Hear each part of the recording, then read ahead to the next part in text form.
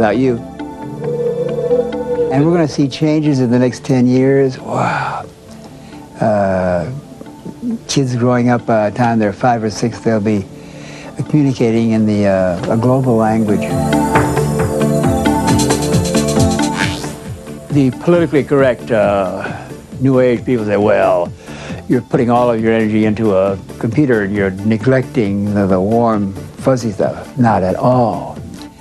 You can do all the mechanical stuff in 5 minutes that would have taken you 5 hours, and you got 4 hours to play, to eat, to gorge, to massage. Oh yeah, you have more time for touchy-feelies. It was towards the end of his life, when he had gone into a deep sunset as a celebrity, that he actually was given the depth that his career and his lifelong work as a philosopher and a scientist really deserved. There's a great paradox to him. He achieved, in the end, rewriting the way people will historically record him. This house is we call it amusement park with an A in it. It's a museum dedicated to self-designed dying. This is a tank. You can go in and it simulates a death experience. I predict flatly, in the next 10 years, this will be taught in most schools. Well, Timothy's amazing. He's an amazing person. He's still teaching us, and he never stopped to teach us in a way, without trying, just by being himself. Tim and I became friends. We never agreed on anything, possibly the time of day, and then only after I checked. There was a motion picture made about us after we did all of those debates that we had. As devoted as he was to the recreational and other use of drugs, he never showed up for a debate, and we had lots of them. He never showed up for a debate other than completely sober, completely in control of himself and his senses. And people forget this, that Tim was probably one of the best clinical psychologists that the country had produced.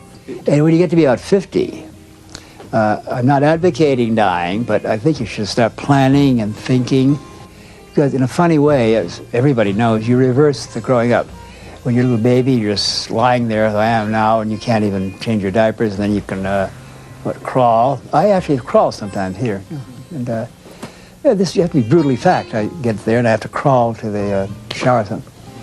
And, you know, sit or you go through the same stage, and then walk, and then you talk, and then the same thing in dying, too, stage by stage, and it becomes a very thrilling frontier. And it's the most important thing you do in your life, to die. He was afraid, and it did upset him to know that there was mortality and he was facing it. But he was very brave about it. In the last 3 weeks of his life, they were having wheelchair races in front of the house, and he was participating. I mean, this is a guy who could hardly walk. I saw him about a week ago, and he was very frail. His mind was alert, he was funny, he was challenging. When I left, he was almost too frail, like tissue paper, to embrace. So I saluted him, and he smiled and saluted me back. And since we've been saluting each other for the past 32 years, it was an appropriate goodbye. The last time I was with him, when I said to him, Timothy, you've been having this great adventure, going in and out of consciousness and dying and all. Tell me something you've learned. That was the question, okay? What have you learned? And he said, well, the first thing, Richard, I'm a good boy. In the end, I brought him back to church. A week before he died, I took him to Mass, and that was only the second time he'd gone in 30 years. And I took him the other time as well, a year earlier. He said, I'm a very good boy. Because that was his childhood, that was his Catholic childhood, and it was also a commentary on his life. Timothy Leary lives. No, no, no, no, he's outside looking in. Because by the end of his life, his heart had expanded to the size of his ego. His end was very noble, actually. He really... I was in touch with him very much toward the end, and I think the last person he spoke to that he recognized on the phone was William Burroughs. He said, oh, Bill, I love you, and Burroughs said, I love you too. When I checked my messages late last night, there were two messages. One was from Ken Kesey saying Leary's going fast, and the other was from Anita Hoffman, and she was crying and saying, it looks like Tim's dying, say a prayer. There were two Tibetan lamas who performed poa ceremonies, which is to get you out of your body safely, or maybe into the Pure Land. And he wasn't on any drugs, no painkillers, No nothing, morphine. nothing at all day. The very last words he spoke were a bit meaningless, maybe very meaningful. He said, yeah, yeah, yeah, yeah, and he was holding my hand at the time, and he never spoke again. One of the last things he said to me was, you know, don't ever be afraid of this is fantastic. His last words to me were, I love you. Told me he loved me, and he was just smiling. Well, the last word that he audibly said was the word beautiful. A few hours later, the mortuary coroners came, Friday from the funeral home. and I was still holding him. I stayed with his body for a long time, and they couldn't get his smile down. They couldn't close his eyes, and they couldn't get his smile down. He was just he just looked so happy. He is going to go up with Gene Roddenberry in a rocket ship. Not Tim, but his ashes. He knew about it and enjoyed the idea because he always wanted to go where no one had ever gone before.